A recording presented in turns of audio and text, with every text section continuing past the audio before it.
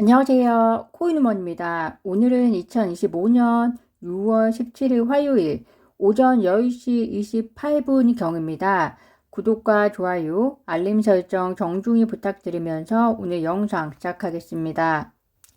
새벽간에 XRP가 다른 암호화폐에 비해서 상승장을 더 큰 폭으로 보였던 것은 바로 리플과 미국 SEC의 합의를 토레스 판사가 받아들일 것이라는 기대 때문이었습니다.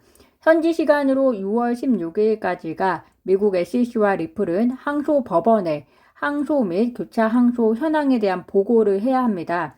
미국 SEC와 리플이 항소 법원에 보고를 하기 위해서는 토레스 판사에게 수정문 판결 요청한 것에 대한 업데이트가 있어야 하는데 현재까지는 토레스 판사로부터의 답변이 있었다라는 소식은 없습니다. 다만 지난번 첫 번째 판결문 수정을 요청했을 때 토레스 판사의 판결까지 약 2주 정도의 시간이 소요되었던 만큼 이번 결정 역시 오래 걸리지는 않을 것이라는 정도의 추정을 할 수 있을 것 같습니다. 만약 리플과 미국 SEC가 항소 법원에 아무런 액션을 취하지 않는다면 항소는 그대로 진행이 되는 것으로 이해하시면 될 것 같습니다. 혹은 리플이 기존의 토레스 판사의 판결을 그대로 받아들이고 항소 절차를 정리하든가 하는 등의 방향이 있을 텐데요. 그렇지만 리플 입장에서는 미국 내에서의 기관 내 XRP 사업 금지 명령을 결코 받아들이기는 어려울 겁니다.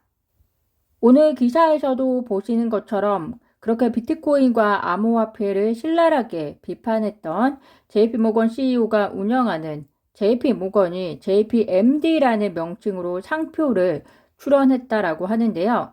이는 자사의 스테이블 코인 또는 디지털 결제 자산 출시를 위한 사전 정비로 보인다라고 시장은 해석하고 있습니다.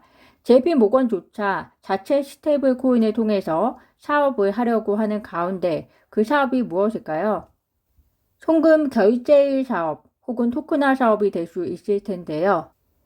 이렇게 경쟁이 심화될 것으로 예상이 되는 가운데 리플의 경쟁력을 갖기 위해서는 리플의 미국 내 기관 대상 사업에 있어서 XRP든 RLUSD든 다양한 옵션을 통해서 서비스를 제공할 수 있어야 할 것이기 때문에 쉽사리 토레스 판사의 1차적 판결을 받아들일 수는 없을 것입니다.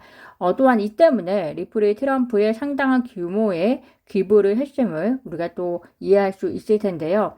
어찌되었건 결과는 조만간 나오게 됩니다. 토레스 판사가 판결 수정을 수용하느냐 아니냐에 리플의 일부 운명이 걸려 있는데요.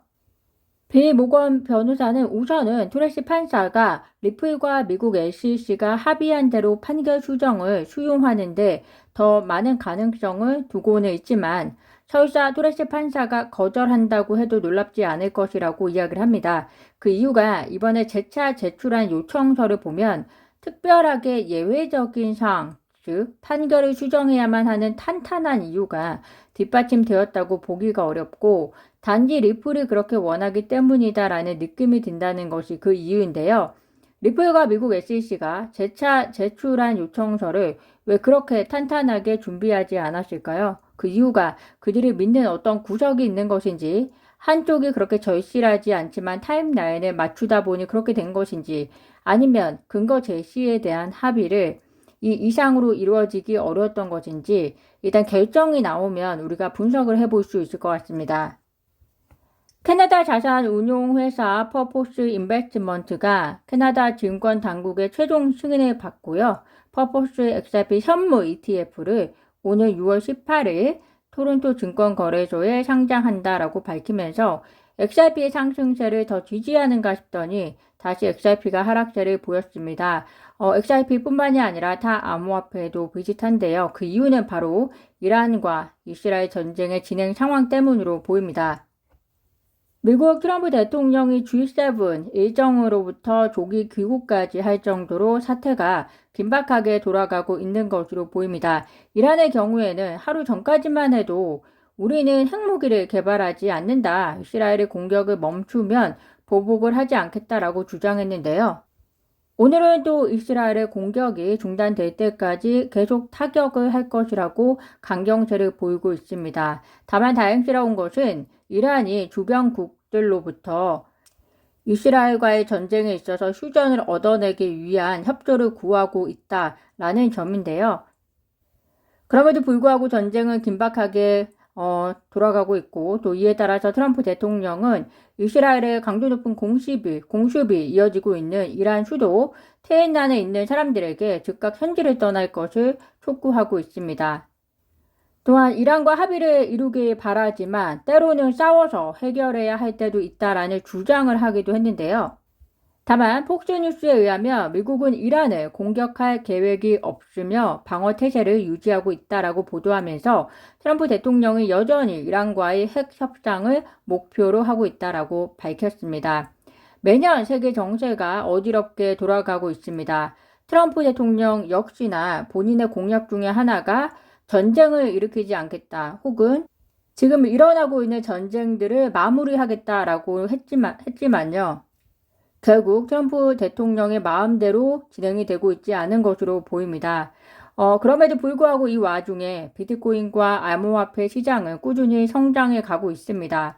이란과 이스라엘 전쟁이 중동 전쟁으로까지 확산이 되지 않고 또 주변국들이 협상을 지원한다면, 휴전을 지원한다면 이 전쟁의 완전한 종료까지는 시간이 걸리더라도 투자 시장에 미치는 영향은 어느 순간에 가서는 제한적이 될 것이라는 것을 우리는 또 경험상으로 많이 알고 있을 텐데요.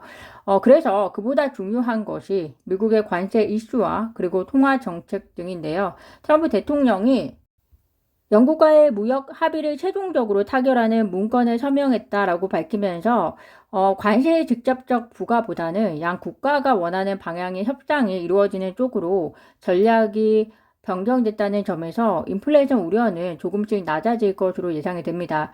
그렇지만 기존 상호 관세 중 10% 부과가 인플레이션에 본격적으로 반영될 것이라고 고려가 되고 있는 6월과 7월의 인플레이션 데이터에 대해서 연준이 앞으로 어떻게 평가하고 또 이를 하반기 금리 인하에 어떻게 반영할 것으로 보이는지는 계속해서 모니터링이 필요할 것으로 보입니다. 오늘 제가 준비한 소식은 여기까지입니다. 오늘도 영상 시청 진심으로 감사드리고요. 구독과 좋아요, 알림 설정은 코인 우먼에게 큰 힘이 됩니다. 감사합니다.